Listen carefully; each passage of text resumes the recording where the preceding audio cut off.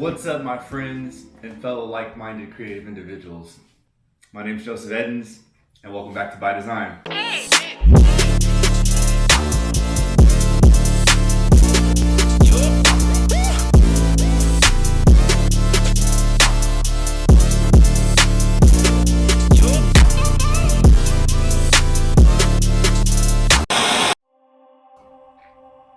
Alright, so today we're talking product photography.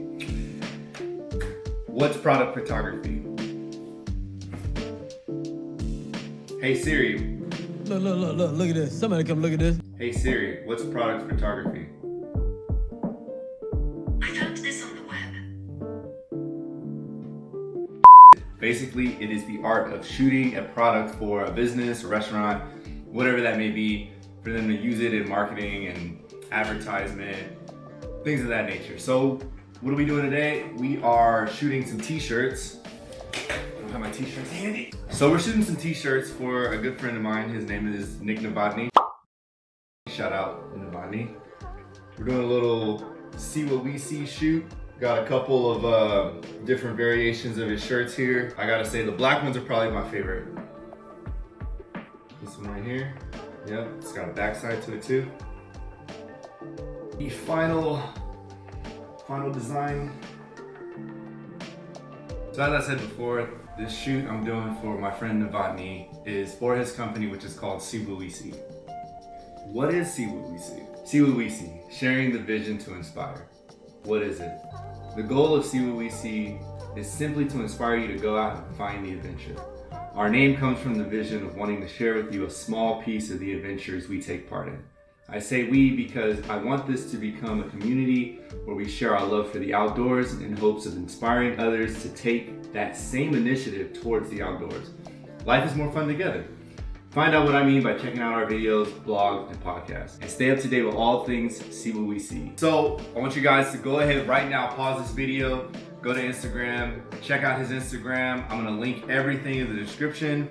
The website, his Instagram, his pictures, everything he does is fantastic. And I love this guy for like having this vision and going out and just creating and doing what he loves to do. So we're gonna go ahead and walk through this shoot. I already did the shoot, but I wanna go ahead and walk through you guys how exactly I created and I put this process together. And like always, I'm gonna drop all the photos and the finished product at the end of the video, so make sure you stay tuned.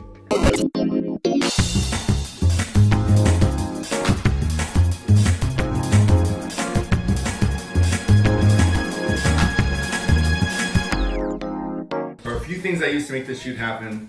Number one, get you some foam board. If you're shooting in a studio and you want to shoot on a blank surface, use foam board. I got a black one right here because the shirts I think would look really good on that black surface. I mean, he's got white, he's got black.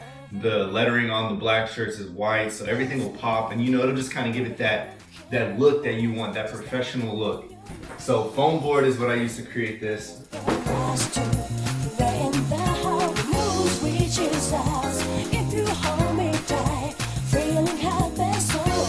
For this shoot, I went ahead and threw in some elements that I thought would make it a little bit more his style.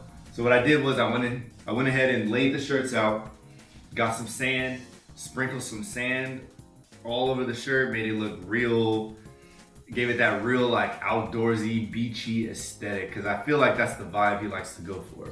So in addition to doing the product photos, we went ahead, me and Janelle, my girlfriend, we went ahead and went out to a skate park and got some really, really dope photos of us just kind of like goofing off, having a good time, but getting these photos together, and it was all around a really, really fun experience. What's up, my friends and other fellow creatives? Oh, wait, hold on. You said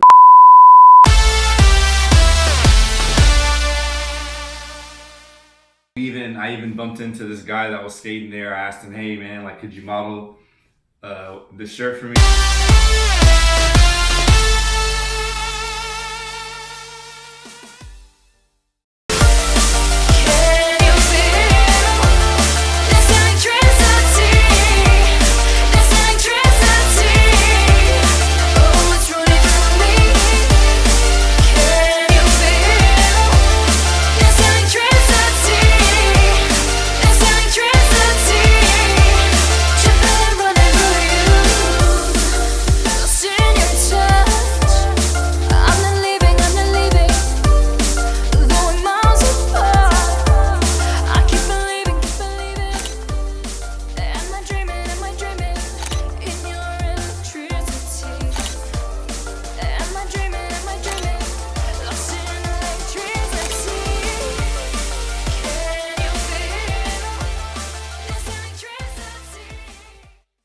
Okay, so without further ado, let me just go ahead and jump into how I edited these product photos. Okay, so right now, as you're looking at this, you can see that the photo is super dark. It's underexposed, and it's just like, you know, you can't really see all the details. But I shot it like that for a reason. I used a natural light source. I just kind of opened up the windows right here, and I shot it underexposed because when you shoot something like this, like when you're shooting something like this on that black background, if you shoot it with the ISO too high and your shutter speed too fast, you get this really nasty blur effect, and I just did not want that. So I shot it underexposed. As you can see, my ISO is at 400. I use a 55mm f10. So I'm not gonna go through every single step here for the sake of time, but here, this is what it looked like before, and so I'm gonna just go ahead and run through all the edits that I did to recreate that look. So this is what I ended up coming to, and let's just go ahead and run through my settings really quick so I can show you guys exactly how I got this photo. So right here, bumped up the exposure just a little bit. I didn't want to bump it up too high for the sake of making it look really crazy. I'll show you what it looks like. If you can get a little wild with the exposure. So right here was a good spot, I thought. I always start with, like I said in my last editing video, I always start with the basics first. So you just run down the list. You don't want to get ahead of yourself, because when you're working in Lightroom, there's a whole lot of just bullshit. So like I said, bumped the exposure up a little bit, gave it a lot of contrast. I'm starting to find that I like a lot of contrast in my images, so that's one thing I like abuse, is the contrast slider. Brought the highlights down. The shirt was just really white as is, and it was just extremely bright, so you got to bring the highlights down. Shadows, bump the shadows up, bump the whites up just a tad bit, because I mean, you need the whites in the image. It's a white t-shirt. The blacks, obviously bump the blacks up. It was dark. Gave it some clarity. Clearly, it needed just a little bit of clarity. It looks great. Like with clarity, I feel like vibrance, saturation, give it the colors, the vibrance. And the tone curve, I just kind of like edited the shadows a little bit. Not too much to do with the tone curve on this image. It wasn't out of control there. Now I like to get crazy in my hue, saturation, luminance tabs. As you can see, I just kind of like mess with the colors here. I try to draw out all the colors that I can see with the naked eye first. So as you can see, you got the blue here, you got a little bit of orange for the sand.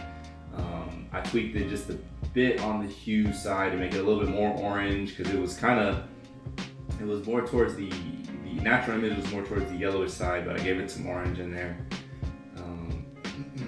Same thing right here, blues. I didn't really mess with the blues, but the greens, I always take greens out of my images. I'm not really a big fan of a whole lot of greens in my images unless I'm going for a specific look.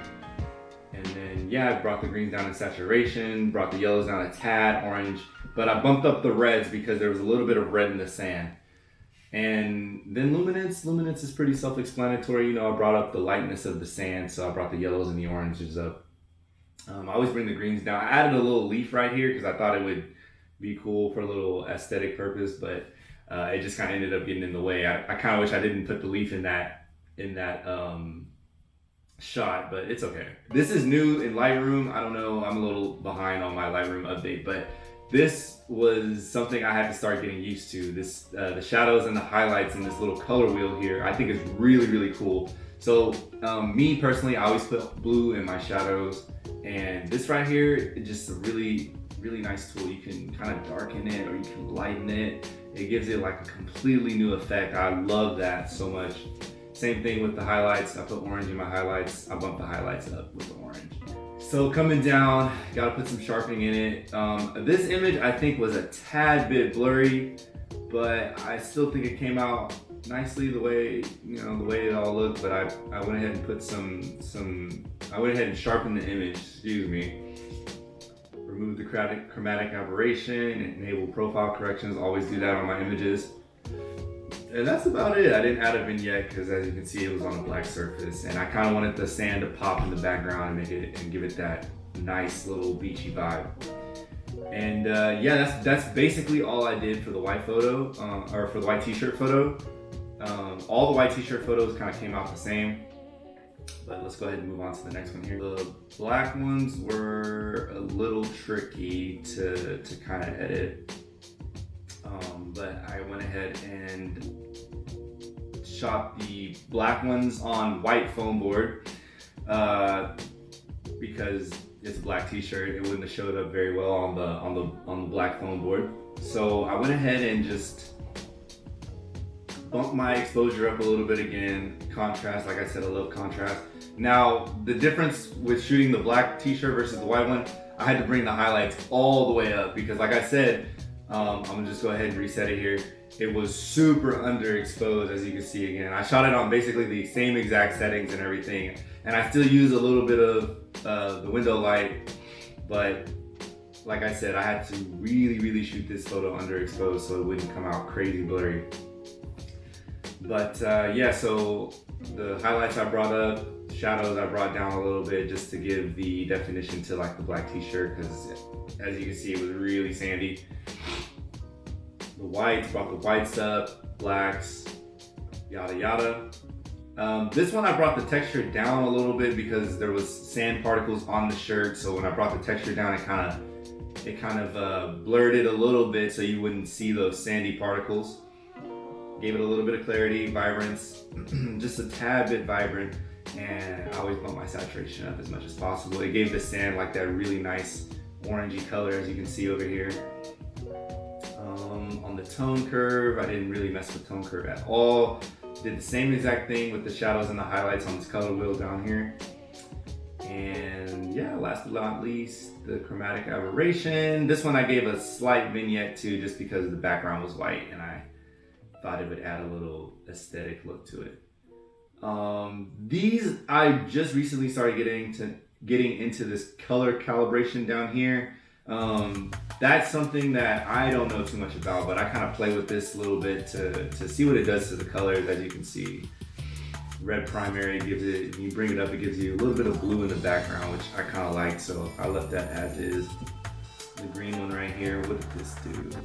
Same difference. Oh, this one also helped bring out the color in the sand as well. So those are both really nifty tools. Like I say, as a photographer, you should be using Lightroom. I think it is an excellent tool for editing photos, and definitely I will be sticking with all products Adobe. Not a sponsored video. But that would be it for that. For the sand on the t-shirt photos. I don't really know what to say, the advanced product photography photos. But then again, I went ahead and got him just some regular old average product shots here without the sand. I thought this looked really cool. Like I said, that black foam board really gave it a very professional look. As you can see, it just stands out. Let's just run through the settings I use really quick. Exposure up. Let's go ahead and look at the before.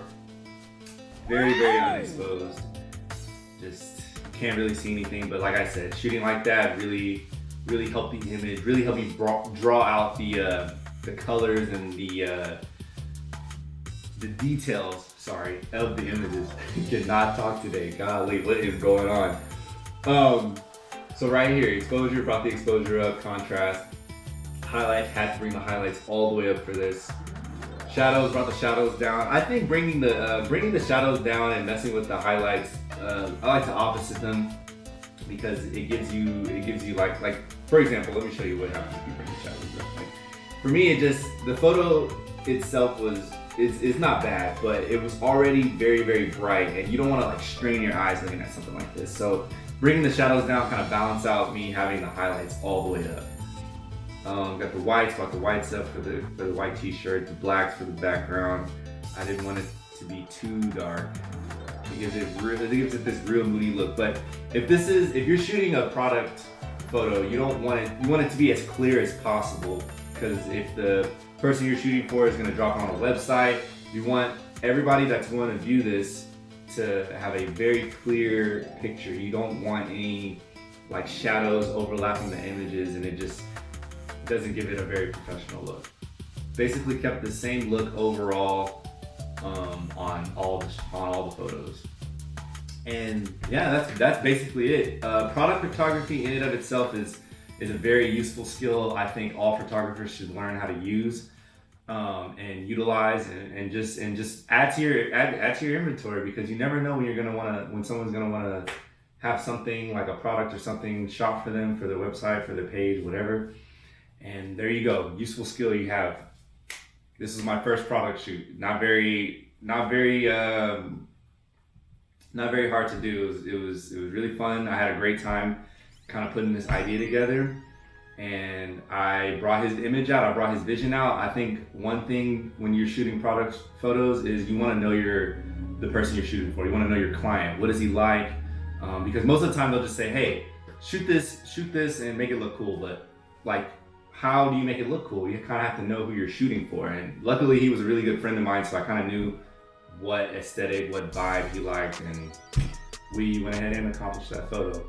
So if this was helpful and you liked this video, go ahead and leave a like, comment, share it if that's something you're into, and I will see you guys in the next video.